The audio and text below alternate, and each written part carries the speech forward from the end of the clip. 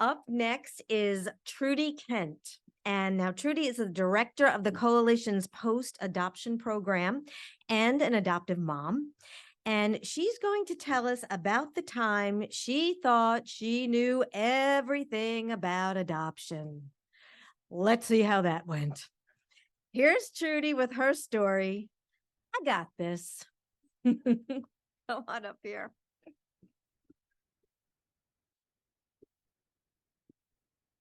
I want to thank Barbara and Pat for allowing me this honor to speak about my story. So thank you. It is 2012, and we were sitting in a MAP class training, finding out what it takes to become a foster parent. MAP stands for Model Approach to Partnership in Parenting. It was all about building positive relationship with kids. As we were sitting listening to the facilitator, my husband and I kept nudging and whispering to each other, OMG, how hard can this be? We are social workers and trained MAP facilitators. We got this. We could teach this class. Then a year later, I got a call from a caseworker. She said, Trudy, are you sitting down? I said, okay. Trudy, there is a 2-day-old baby in the hospital. You need to pick her up tomorrow. I was so shocked and speechless. And somehow I found myself at my husband's office telling him, our dreams have come true. We got a newborn baby.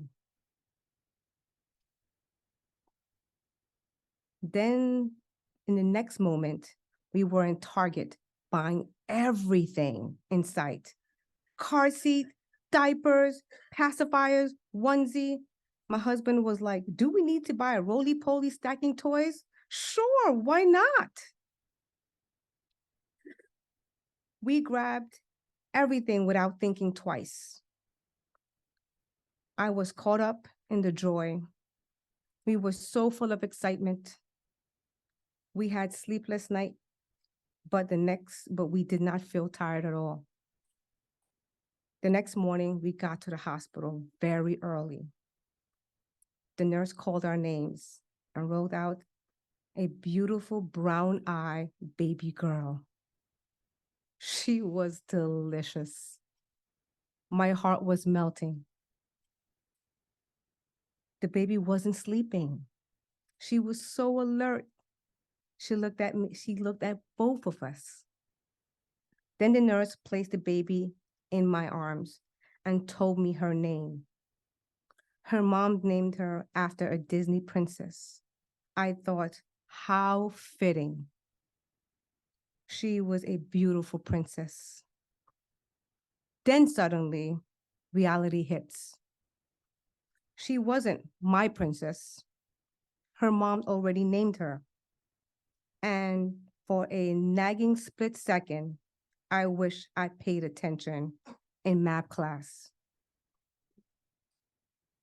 Then soon after, reality hit again. When a 17-month-old baby was placed in our home. She didn't walk, talk, or communicate at all. She cried for days on end. She wouldn't allow me to change her diapers, feed her, bathe her, or cuddle her. Only my husband could. Intellectually, I got it. Baby was bonded with her mom and didn't have a father figure. So it made sense that she quickly attached to my husband. I got it intellectually, but emotionally, it killed me. I felt like a failure. What's worse, I felt like my baby hated me. I called the caseworker because I thought she could help. I thought she would give me advice, connect me with other foster parents, and assure me that I wasn't the only parent that felt this way. So I confide everything that was going on with the baby. how I felt I wasn't connecting. I was exhausted and a bit depressed. Then the caseworker gave me a bit of advice. Well, we could remove the baby if you're feeling too overwhelmed. I was so shocked. Oh no, I said, no, no, no, no, no, no, no. I will push through. I'm fine. And I hung up the phone. So now I was home with two baby girls, one who I felt hated me. I was lonely, depressed, had no one to confide in, and no answers. I was a horrible parent.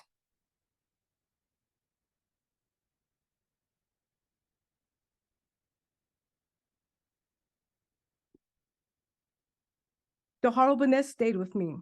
It stayed over days, weeks, months, and years. I began learning terms like special needs, early intervention. It was a humbling experience. Then in 2017, an amazing opportunity changed my life. I got a job at the coalition. Suddenly, I was surrounded by people who knew so much about adoption. And I realized again, I didn't do enough in that damn map class. And I didn't do my own research, adoption research. But you know what? I got a do-over, a life-changing do-over. All the staff had to be trained in reframing parenting, a therapeutic parenting workshop. This is where I learned about Block trust and Block care, and it shifted my world. Basically, Block trust is when a child goes through lots of trauma and lacks the experience to trust their caregivers or bond with them.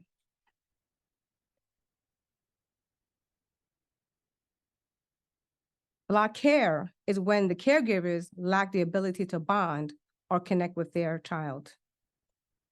So here I was sitting in reframing class, finally understanding why my 17-month-old little girl wasn't attaching to me and why I wasn't attaching to her. You bet I paid attention this time around. I wanted to cry. It was nice knowing I wasn't crazy. There was an answer. The coalition is an amazing community of individuals. I'm not just saying that because I work there. It's not just a job. It is an environment, it's a supportive environment. I don't feel uncomfortable sharing when my 5-year-old says, I hate you. I know I'm not alone. I know I could get through this. Because there is always someone at the coalition to lift me up. Whenever I get a flashback of that long ago map class, me not doing my homework, me thinking I got this, I just shake my head and laugh to myself. I didn't realize the depth of sacrifice it would take to parent a child experiencing foster care. All the long sleepless nights, the internal struggles, being able to accept and face what your child went through and is going through. To meet your babies where they're at is an experience and a love so deep that I would give my life to protect them. Now I know I'm a good parent. Thank you.